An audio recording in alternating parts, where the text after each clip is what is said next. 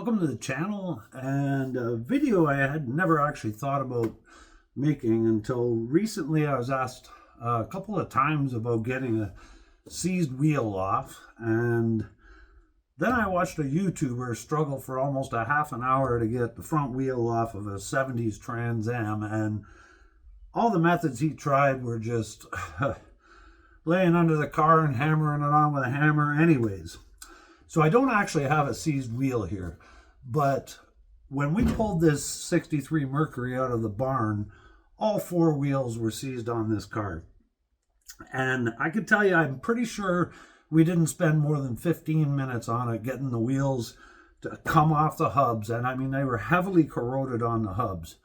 So there's a trick to this. And I learned this over 30 years ago from an old tow truck driver.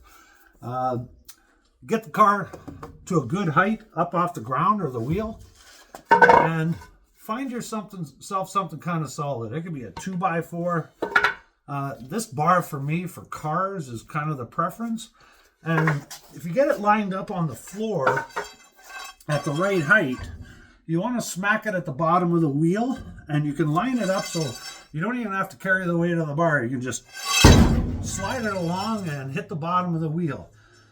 Usually it'll come off within 1-2 strikes. If it doesn't, just roll the wheel a little bit, and again, give her a good smack at the bottom of the wheel. And of course, you don't want to damage the rim.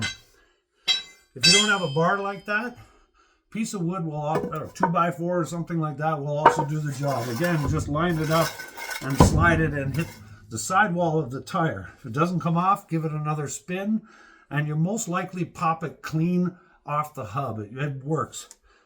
I use this for trucks and buses and everything over the years. You just might want to get yourself a railroad bar, because you can't do it with something very light, obviously. The bigger the wheel, the bigger the bar.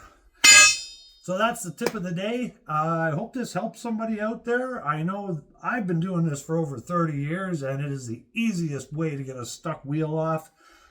When it comes to aluminum and magnesium, of course, you don't want to hit the rim, so this is the perfect way. If you got to raise the car just a little bit to get it in the safe zone so you don't hit the rim, then just raise it up a little bit more.